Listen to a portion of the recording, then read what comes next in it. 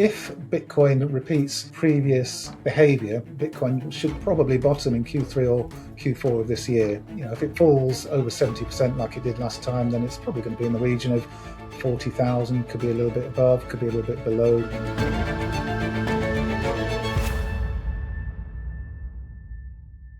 Hey everyone, welcome back to the show. Joining me this week is Kevin Wadsworth. He is the co-founder of Northstar Badcharts. He's gone viral for several of his charts, especially analyzing the macro volatility we've seen. I got to know his work a little bit through Luke Groman's newsletter. So Kevin, thank you so much for joining me. Hey Natalie, thanks for having me. It's great to be here, and it's exciting times to have a catch up, isn't it? A lot happening. I don't know how to look at the charts. They're kind of scaring me. And actually, I would love your help because I'm not a technical trader. Sometimes I see these charts and for me, they just look like a heart monitor. I don't even know how to read them. So first, can you just kind of share your background? Because I found it interesting that your background's really a mix of military training and also a little bit of meteorology, right? Atmosphere predictions. Yeah, sure. I mean, I've sort of spent most of my career as a military meteorologist, so providing forecasts for the Royal Air Force in their missions across the UK. But I've done some broadcasting for the BBC and radio broadcasting, TV broadcasting, that kind of thing as well. So it's funny you should mention the charts and the fact that it looks a bit like a heart monitor to you, because having a forecast, whether it's a weather forecast or a forecast for the markets, if you've got an accurate forecast, that's one thing, but getting your audience to understand that's really critical, because that communication part, it's no good having great information. If you try and get that across to your audience and they misinterpret it, you might as well be speaking Chinese to them, because it's just not going to get you anywhere. So it's I'm glad you kind of mentioned that, really. Well, how does your background in meteorology help you apply those skills to the markets? Because one thing that I found is it's so hard to predict human behavior, but you guys seem to be able to find patterns. And like I said, I mean, I look at these charts and I don't understand a lot of the lines and like where you see things falling off a cliff and you're able to sort of predict it. I would love to really unpack that. But how were you able to apply your skills to the markets? Yeah, I think of it this way. The chart is just a physical representation of people like you and me. The market participants are carving out that chart. It's a bit like that heartbeat that you talked about a moment ago.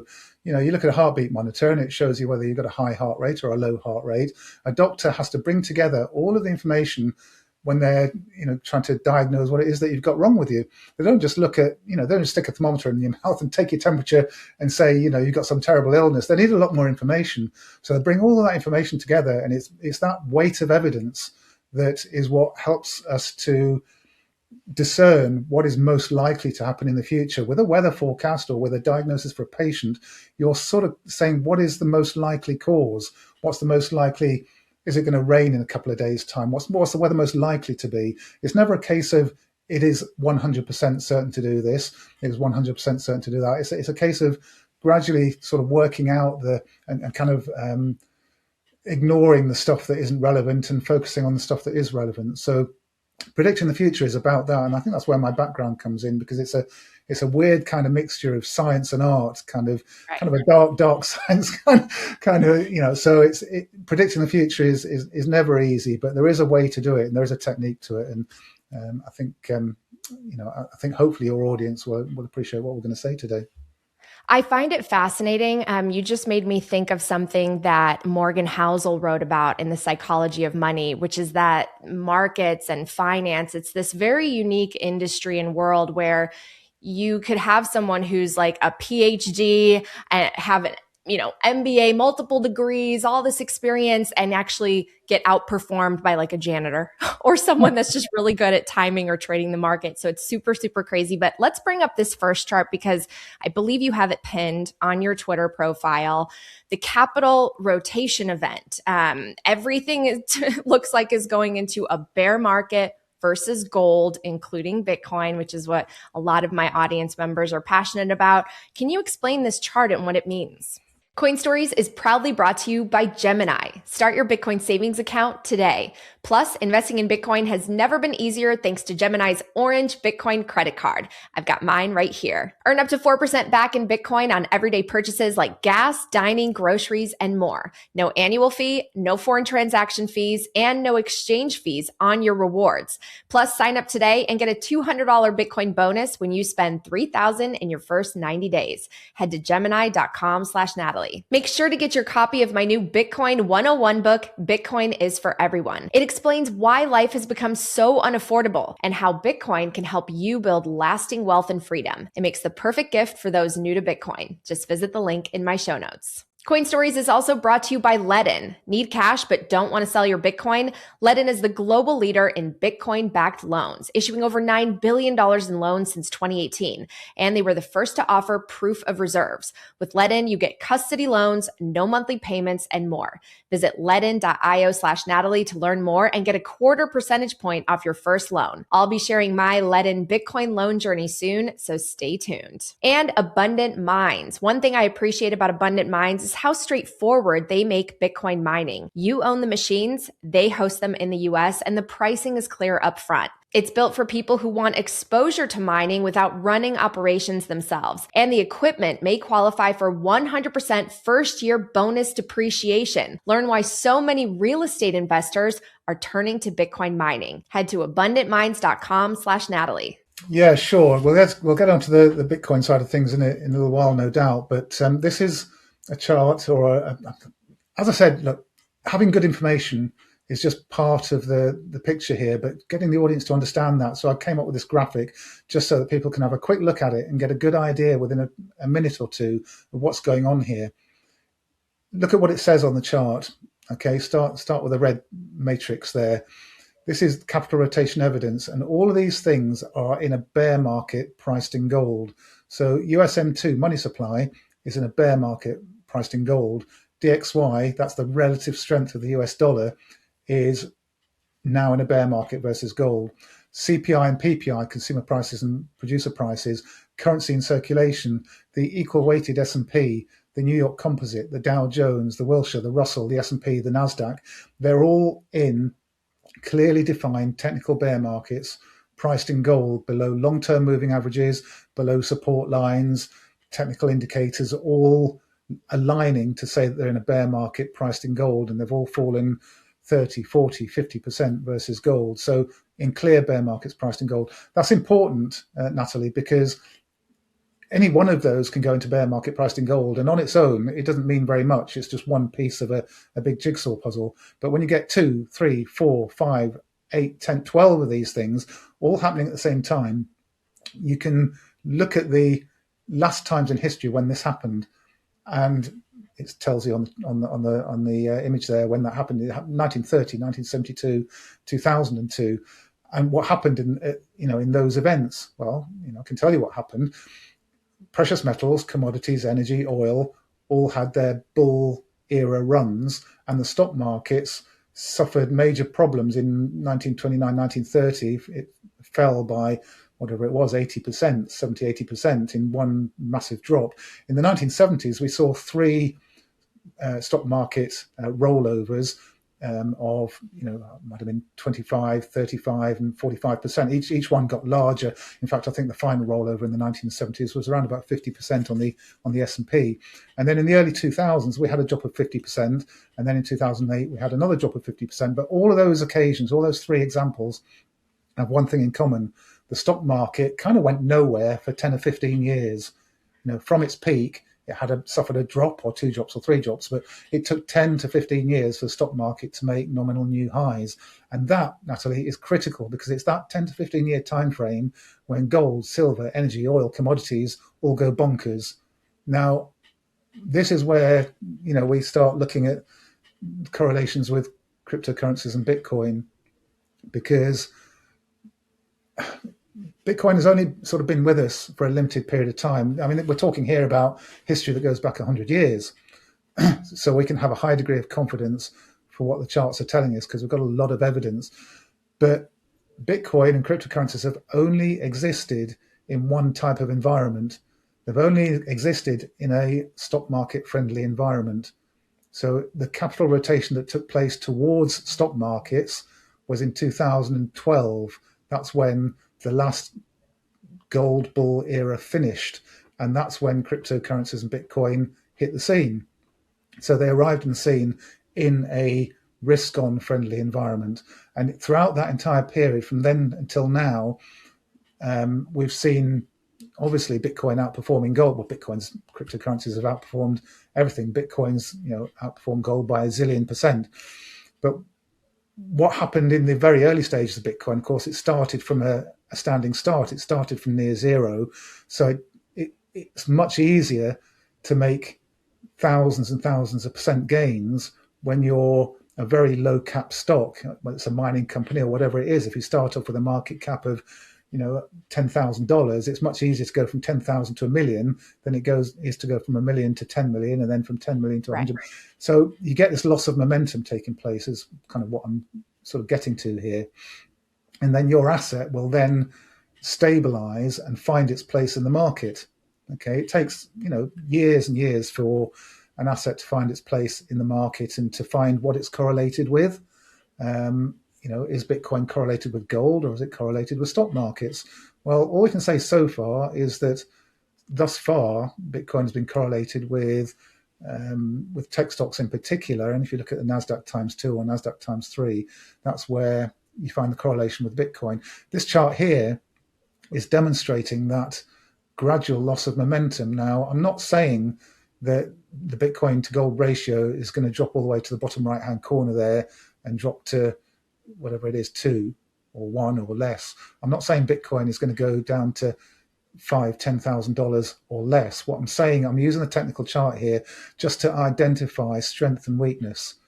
And when we cross that major support line, the sort of yellow, orange, and red lines there, I've got 3 different colors there because one of those support lines is based on the weekly, one's is based on the monthly time frame, and I think one is based on a quarterly time frame. But the net result is you end up with a zone of support there, and it goes all the way back to 2014, 15.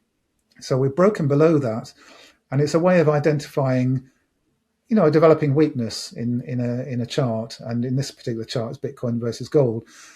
So when we crossed through that latest sort of little circle on the chart and started breaking down, it was further confirmation of something that we've already been watching, we're already suspecting, is that Bitcoin was going to suffer a period of weakness versus gold. And it is also important to note that in this cycle, in this Bitcoin cycle, the high point that it reached was approximately the same height that it reached in the previous cycle. So for whatever reason, Bitcoin wasn't able to make new highs versus gold. And if you look at crypto total market cap versus gold, it certainly didn't make new highs. That the high in this cycle was lower than the high in the last cycle. So, as a technician, as a chart technician, or if you're a doctor, or if you're looking at a patient, or if you whatever it is that you're trying to, it's sending a signal, and it's giving you information that you need to sit up and take notice and be aware of. We can use this type of analysis to tell us when to be bullish on an asset and when not to be bullish on an asset, because cast your mind back to what I said a minute ago, gold is in a bull era versus the stock market.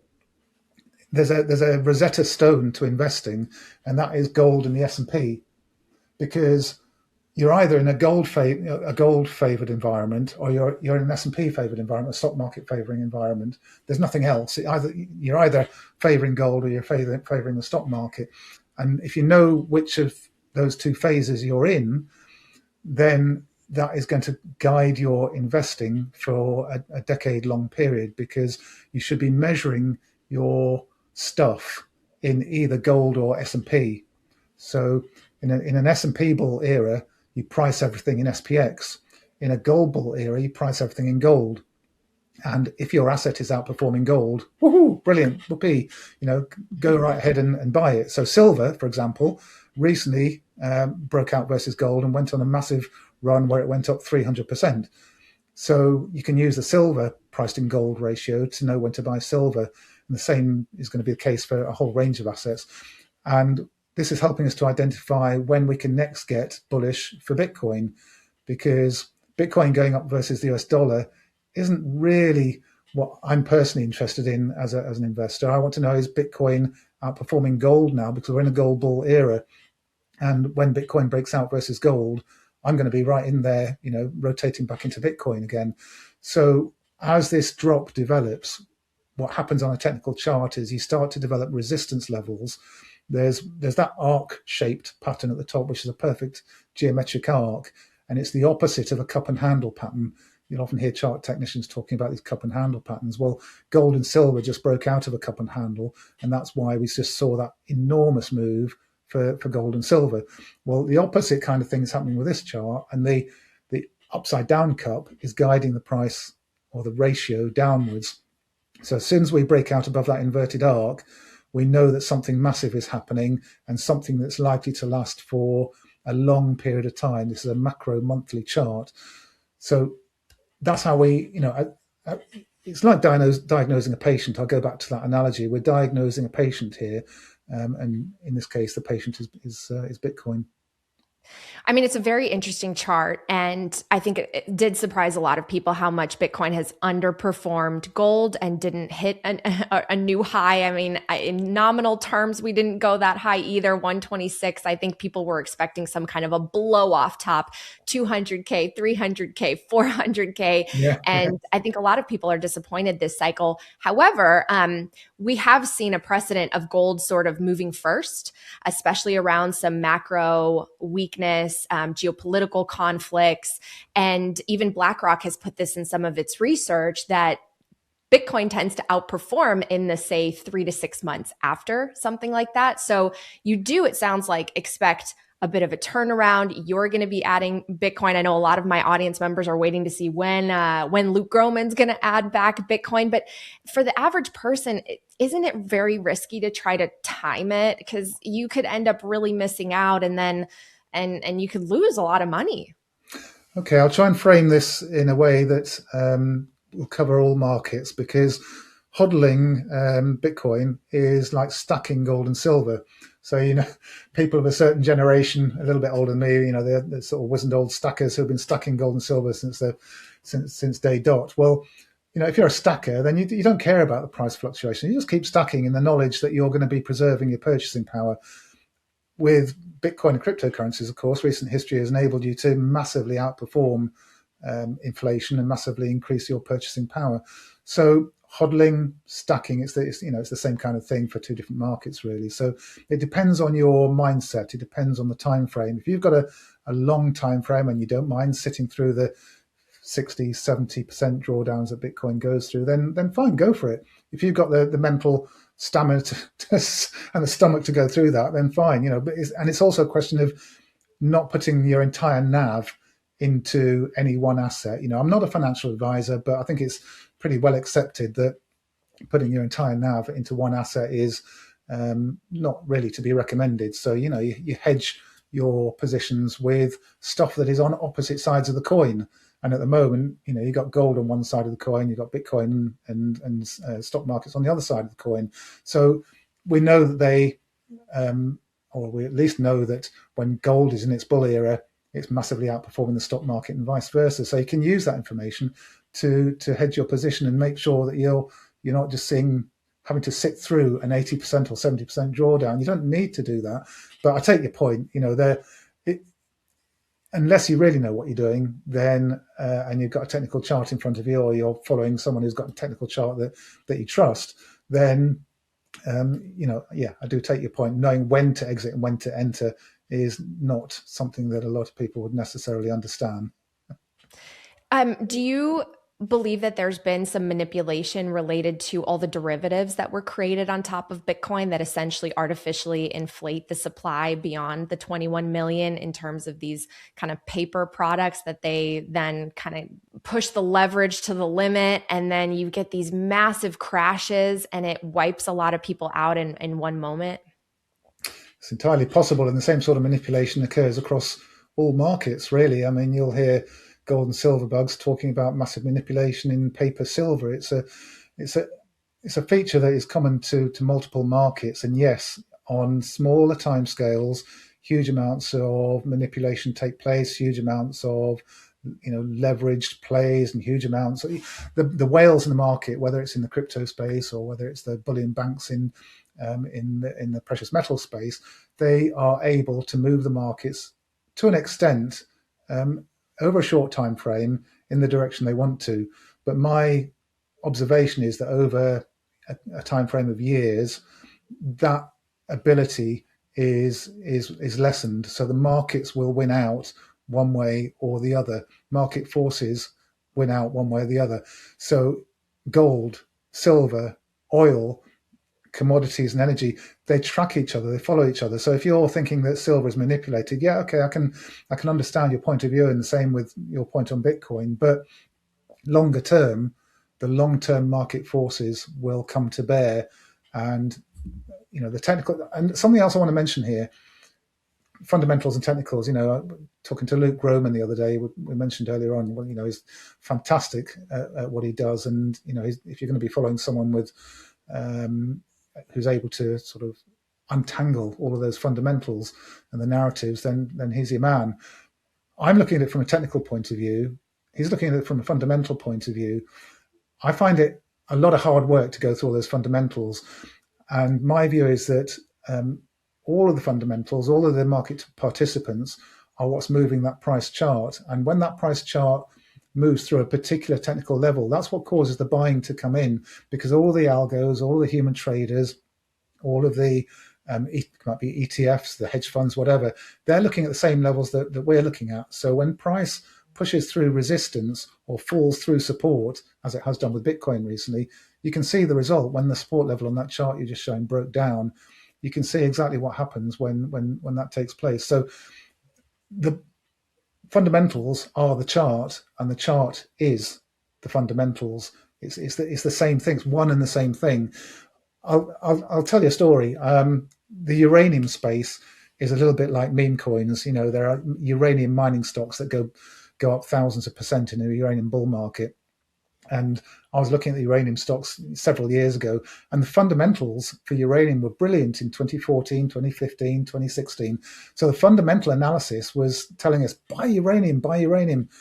Okay, the fundamentals were great, and they continued to be great, but the chart kept carving out lower lows and lower lows year after year after year. It wasn't until 2019, 2020 when those fundamentals started to shift the chart.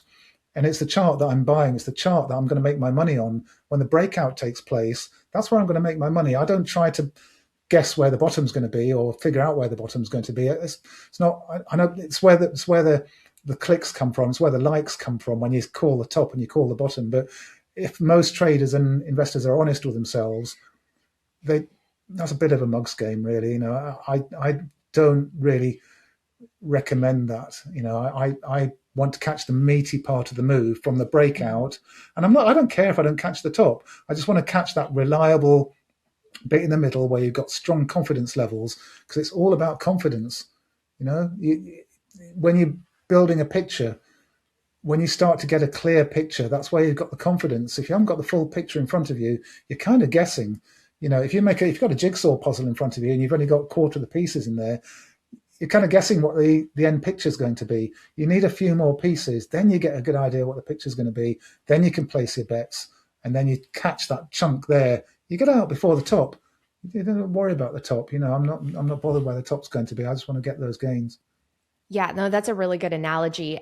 So it sounds to me, though, when you look at the capital rotation chart, that you expect a lot of things to remain in a bear market versus gold. So do you see that for Bitcoin as well? Because for those in the audience who are really, wondering where that bottom is going to be and wondering when Bitcoin will start to once again outperform gold like it has in the past, sounds like they might be waiting for a while. Want to accept Bitcoin and stablecoin payments? Speed makes it simple. Customers can pay via QR codes in app, online, or POS. Speed helped Steak and Shake accept Bitcoin nationwide. As COO Dan Edwards says, customers choose to pay in Bitcoin instead of credit cards. We are saving about 50% in our processing fees. This led to more support from Bitcoin users and a 10% revenue boost. Getting started is easy. Sign up at tryspeed.com or integrate the API in hours. Start accepting Bitcoin today. Download Speed at speed.app/coinstories or the QR code on the screen and use code CoinStories10 for 5,000 free sats. If you've been listening for a while, you've probably heard us talk about Bitkey. Bitkey is a private multi-sig wallet that removes the biggest point of failure in traditional self-custody, the seed phrase. Things get lost, phones get replaced, life happens, right? Bitkey is designed so your Bitcoin stays secure and recoverable without demanding constant attention or expertise. And for February only, CoinStories listeners can get Bitkey for $99 using code STORIES99 at bitkey.world. Up next, the Bitcoin way. There's only one way to protect your Bitcoin from government, politicians, and third-party risk, and that is 100% self-custody. My friends at the Bitcoin way will train you how to do this the right way the first time, no compromises. Go to thebitcoinway.com/Natalie to speak with the experts about making sure your Bitcoin is secure and private. Finally, BitcoinIRA. With BitcoinIRA, you can invest in Bitcoin 24/7 inside a tax-advantaged IRA. Choose a traditional IRA to defer taxes or a Roth IRA for tax-free withdrawals when you retire. Take control of your future with BitcoinIRA. Head to bitcoinira.com/Natalie for up to a $1,000 funding bonus. Yeah, okay, so let's tackle this one thing one stage at a time. So if Bitcoin repeats previous behavior, then I think probably everyone you speak to will know that Bitcoin should probably bottom in Q3 or Q4 of this year, so sometime in the second half of this year. And if it falls over 70% like it did last time, then it's probably going to be in the region of 40,000, could be a little bit above, could be a little bit below. I'm not focusing on what the low is going to be. What I'm focusing on is the chart pattern that builds out at the bottom there and then breaks out from, because you can use a technical chart to identify when Bitcoin's back above, let's say, the 50-week moving average. Bull markets occur above the 50-week moving average. They do not occur below it. So if we're falling a long way below the 50-week moving average at the moment, just be patient. Wait, if you're new to all of this, wait until we break out above the 50-week moving average. Wait until Bitcoin starts showing strength versus gold. And here we've got the Bitcoin chart here. There's reasons to be worried here, because what you just said a moment ago, Natalie, is Bitcoin going to be in a bear market priced in gold for a longer period of time? I'll tell you what I want to see, and I'm completely open-minded. I'm not particularly pro-gold or pro-Bitcoin. I'm pro-increasing my purchasing power by using instruments like gold and Bitcoin. So what I want to see is relative strength for Bitcoin versus gold, so on that ratio chart. But here, this chart tells us why we've got some reasons to be a little bit more concerned than perhaps we have in previous years. I've already said to you that we're in a capital rotation event taking place, capital rotation process, and that's changing the environment. And it's just a little bit of a coincidence, perhaps, that we've got this changing environment, this capital rotation process, and look at what the Bitcoin chart has done there. That is a long-term trend line that it's breaking down from. It's whether this was gold doing it, or whether it's the stock market doing it, or whether it's Bitcoin doing it. I don't really care what the label says in the top left-hand corner of the chart. I'm just looking at the chart. I'm agnostic as to what it is, but it's sending a signal. It's sending a signal that is a long-term trend change.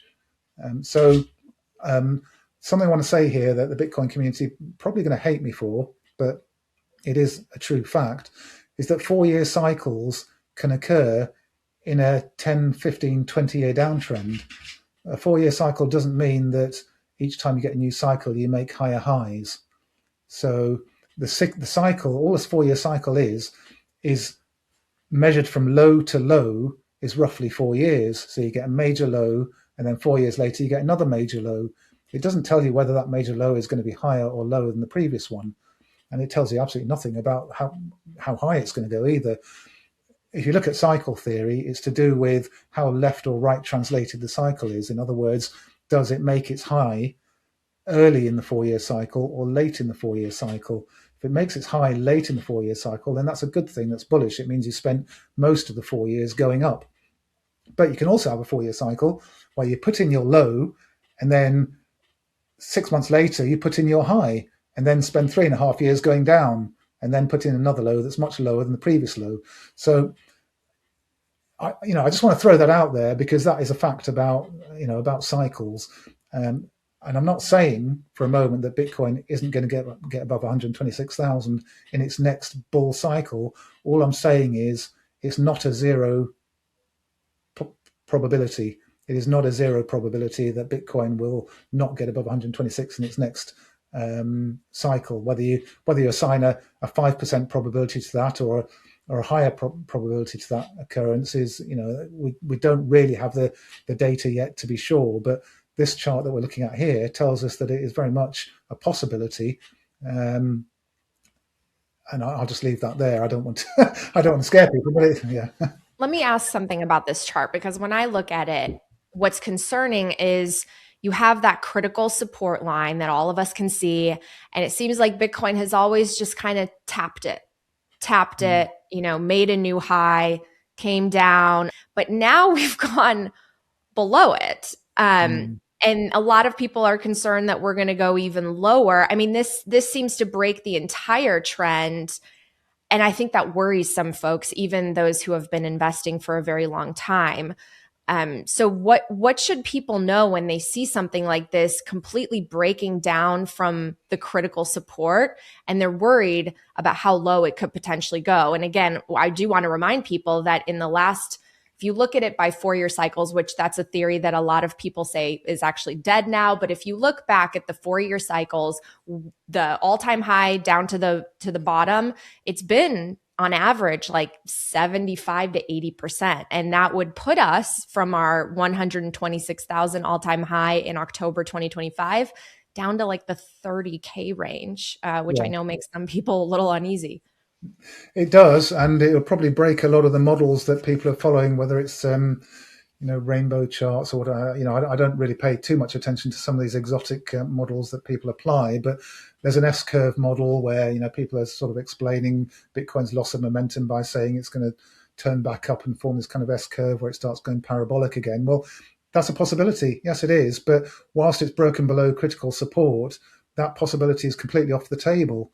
It's not going to even have a chance of doing that until it now repairs the damage that it's done to this chart. And in order to repair the damage to this chart, the very first thing it needs to do is get back above the 50-week moving average, which I think is somewhere around 100,000, if memory serves me. So that's the very first thing. I'm not going to be personally longer term bullish until we get above that 50-week moving average. But this trend change is a concern.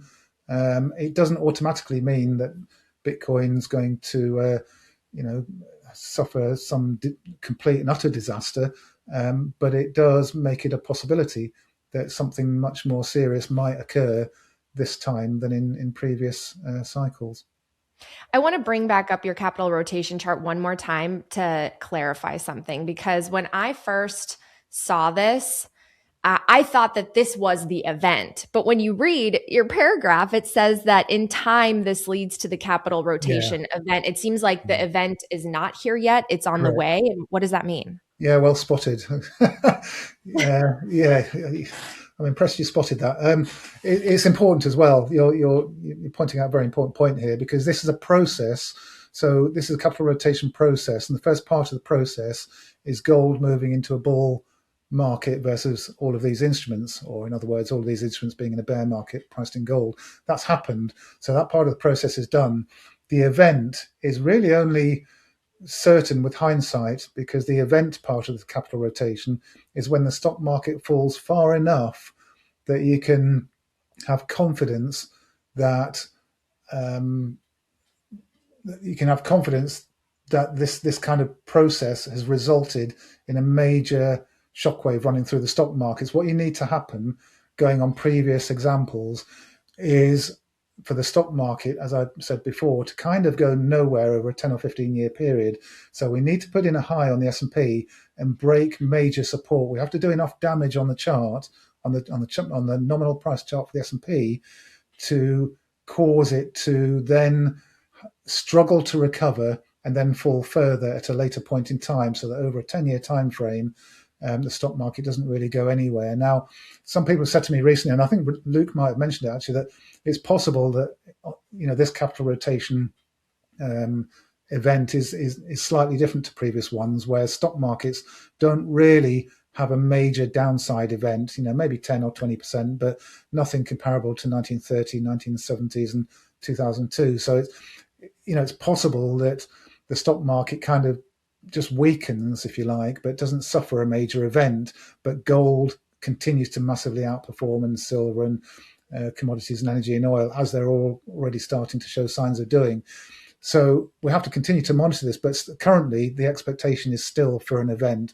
And when I look at the S&P chart, there are some very sort of clear support levels that if we break down below them, then we need to start getting much more concerned. I think we're talking about drops of around about 20 or 25% are just about okay, but any more than that, then we'll be breaking some major support levels of a rising wedge pattern that the S&P has just broken out of.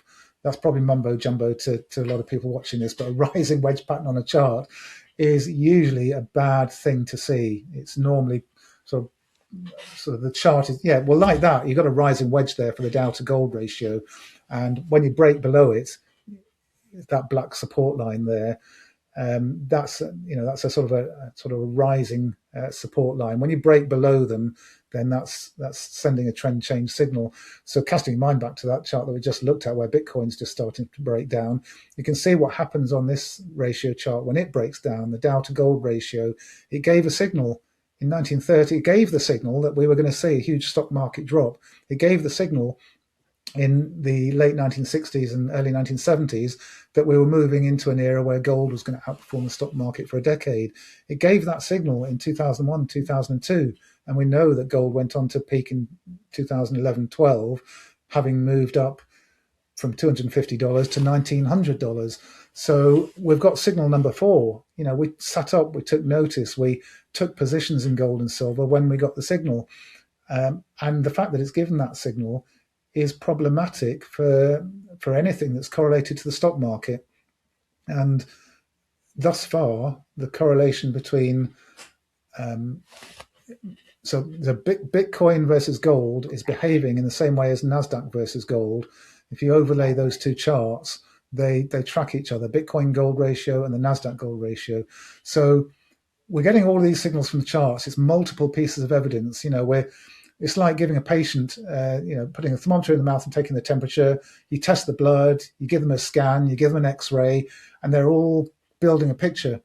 As a weather forecaster, I wouldn't just, do that, stick my finger in the air and say it's going to rain in 3 days' time. I need satellite pictures. I need upper air readings. I need, humidity readings, wind speed, wind direction, all that kind of stuff. You bring it all together and you can make a weather forecast. You can't get a weather forecast.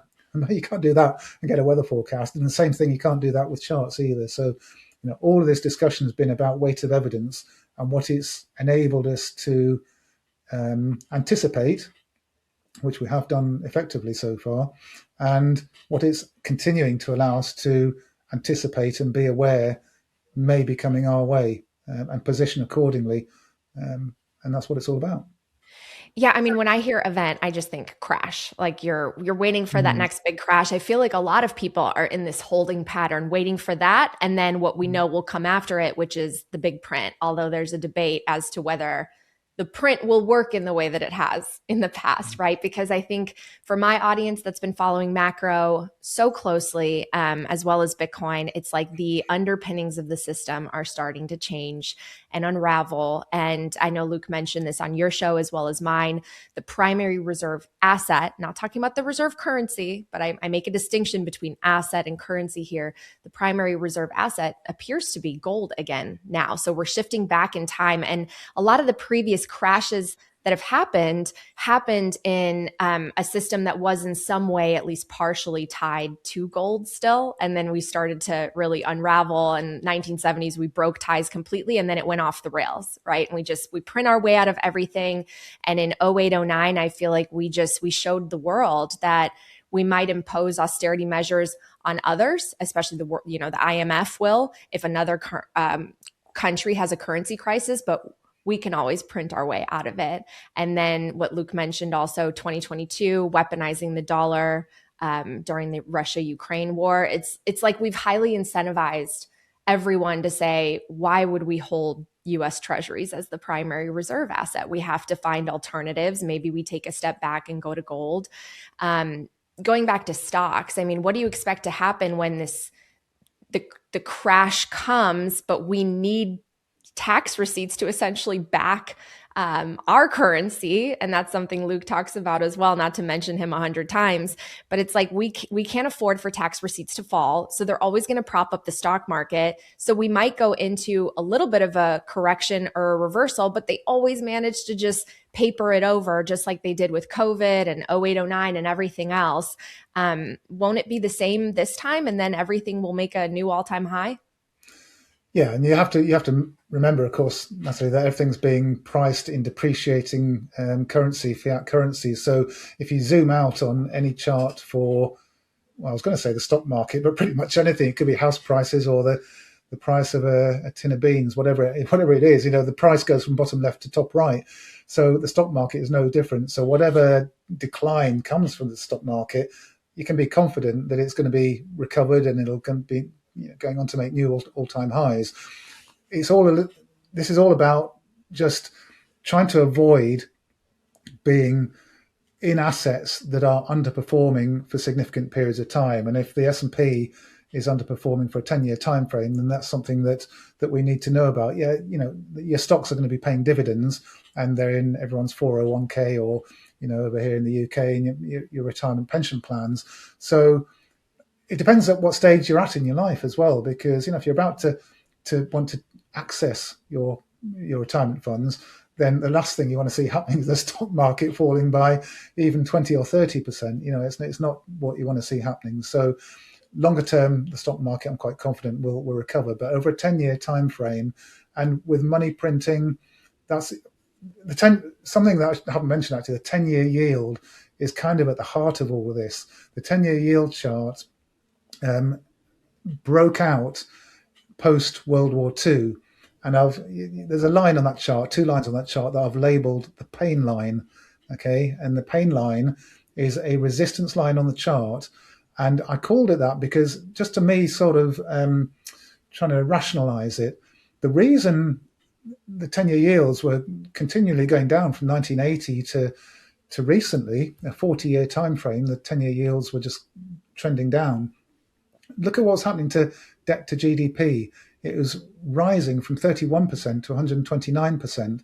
So if the United States wants to keep its repayment on debts manageable, then that interest rate has to keep going down and down and down and down and down. Mm-hmm. Now, look back at the 1960s and 70s, we've got the 10-year yields going up, but that was okay because the debt to GDP was dropping. The burden that was being carried as that 10-year yield went up, the burden was decreasing. So the 10-year yield, interest rates and inflation, they could go up because it wasn't making it unpayable. Okay, the debt mountain wasn't unpayable. The United States could still meet its debt obligations because debt to GDP was dropping. So fast forward to today, debt to GDP actually peaks at about 129 or 130%. Today, it's closer, I think, to 120%. It has actually come down. So it's going to be fascinating to see if the process that was taking place in the 1970s starts to take hold here. And something a lot of people don't realize, GDP, we think of it as, the sum total of all of a country's, production. It's your productivity, your profitability. It's how well a country's doing. If you pull up a chart for GDP, and you can do that on TradingView easily, US GDP, and overlay money supply times money velocity, it's the same chart. It's absolutely identical. It's the same chart.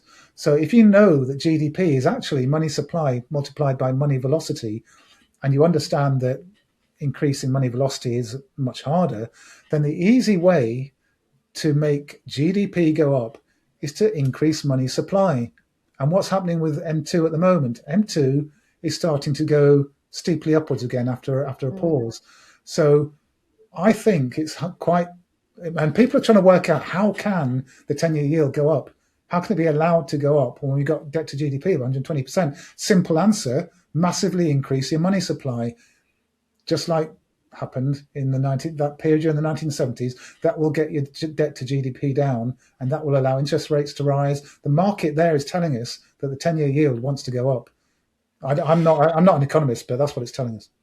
Right. And I think that what you're touching on is really the bigger picture. What does this all mean? They have to run the economy hot, and they have to sort of inflate away some of this debt, right? And what does that mean? For the average person, things are going to get more expensive. The majority of people don't own assets. This is one of the reasons why I feel like I have a mission to do what I do in terms of financial education, because the average person needs to start to acquire assets in any way that they can, because those assets benefit from money printing and inflation. Everything else, it's like your purchasing power is getting destroyed on a daily basis. And the average person, you can pull them wherever you are, whichever country, they don't understand nominal versus real terms. They probably wouldn't even be able to name, the central bank president in their country or chair. And these are the things that actually matter, because they're making the decisions that directly correlate to the purchasing power and value of our money. I wanted to bring up your gold chart just because I know I have a lot of gold investors in my audience in addition to Bitcoin investors. So I want to see what you have to say about the gold price and where you think that's going to go, because obviously we kind of collapsed recently, but we have analysts that are predicting that eventually over the next few years, we're going to see over 10,000, 15,000 as they maybe look to revalue gold to pay down some of our debt? Yeah, sure. Well, there's a little bit like that Bitcoin chart that we looked at a moment ago, which was going below a critical support level. The gold chart has gone above critical resistance. So the point to note here with both the gold and silver chart is that they have turned that previous resistance into support. So if you don't understand very much about technical charts, just focus on what I've labeled there as the critical resistance. And we've broken out of it with, I'm sorry for a moment, I'm just going to go into technical jargon. It's a cup and handle pattern, that red kind of cup and handle there. That's what technically projected and catapulted the price of gold upwards. It's something that technical analysts will recognize in charts, and there's all sorts of geeky language that you can use to describe it. Cup and handle, there's an inverted head and shoulders, whatever you want to call it. The chart was signaling that the most likely move was going to be to the upside, and it's broken through that critical resistance level. So it's not resistance anymore, it's support. Now, given that we've just moved up as far as we have, at least $5,500, we're going to pull back until we find a support level. Now, there is a support level somewhere around $3,500 to $3,700, and that could be where the price of gold ends up resting. But if it comes all the way down to test that critical, what was resistance is now support, it could come down to meet a rising 3-year moving average somewhere around about the 3,000 level, just above 3,000. That wouldn't surprise me, and it would be an absolute gift, given that we're in a capital rotation process, given everything that's going on, bringing together the weight of evidence that should enable us to have another low-risk entry point for anybody that's not yet into the gold and silver markets. But look, silver just pulled back 30-40%. You can gradually start to build a position, if that's what you want to do, in precious metals on those sorts of pullbacks. Whenever you see pullbacks of 20, 30, 40%, even if it's going to take a while, even if this correction takes several months to play out, which it may very well do, gradually building a position is something that you can do. But my eventual target here, for the time being, is around $16,000 in around about 8 years' time. I might end up having to adjust that target box to the upside, but for the time being, I think 16K is a conservative, realistic target based on the percentage moves that we've seen previously on major breakouts. In silver, somewhere in excess of probably $400 or $500. Sounds bonkers, but when silver was $30, 18 months ago, mentioning 120 would have sounded bonkers as well. No, I mean, it doesn't sound bonkers. And especially going back to just what is a dollar worth, right? I mean, these numbers don't sound crazy when you really start to zoom out and see what's happening to the system. But what would it mean if gold is 16,000 and they use it to revalue the gold that's not marked to market in the United States, to me, that's the equivalent of like the Nixon shock, but in reverse. Like we're basically announcing to the world that the dollar is always going to be devalued compared to gold. And so you should own gold.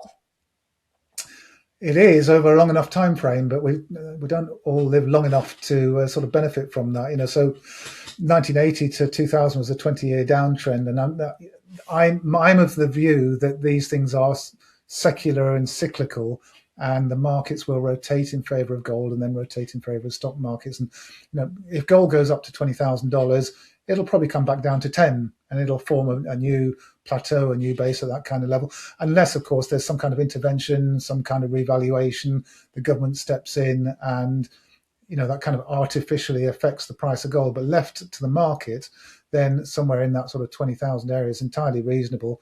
But it's cyclical, and thus far it's been cyclical. There are secular trends that take place, and they're clearly identifiable on those technical charts. But any kind of artificial intervention, then of course, anything can happen.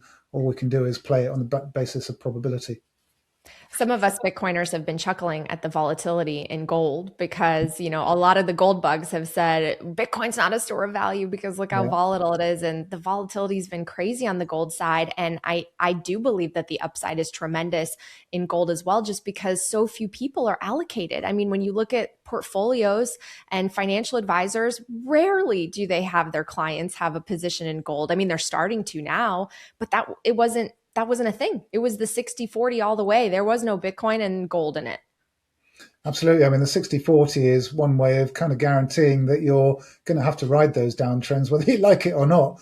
Okay, it balances out, one versus the other, but you're not fully benefiting from either side. You're not capturing the potential upside with a 60-40. And it's funny you mentioned that, but we very much we prefer to allocate much more to gold and much more to precious metals than traditional sort of financial advisors would ever recommend. But identifying those trends, it's quite clear and quite obvious where the money's to be made, and whether it's gold, whether it's Bitcoin, whether it's the stock market, they're all great vehicles for exactly what you said. I'm in this for the same reason that you are. I want to spread education across the general public, so that whether they've got $1,000 or $100,000 or whatever they've got, they can use that to increase their purchasing power. If you're saving up for a car or a holiday, why not put it into an investment that is going to see that going up by 30, 40, 50%, instead of sticking it in the bank and watching it grow at 2%, which is eroding with inflation anyway. So that kind of education, I'm fully on board with that. And, Bitcoin's been a fantastic vehicle for that. And I'm sure it will be again. And gold and silver have recently and will continue to be, and the stock market will, so it's a case of identifying from those big sectors, precious metals, the stock market, Bitcoin, kind of using those to your advantage. And for most people, I know this might sound a bit weird, but for most people, I wouldn't advise trading. I wouldn't advise buying a portfolio of 30 or 40 stocks. I would advise, this isn't financial advice, it's just my take on it, is that keeping it simple, if you can, is the way to go. Because all of these stocks, they all kind of track the same capital flows. So if you're buying mining stocks, they all track, GDX.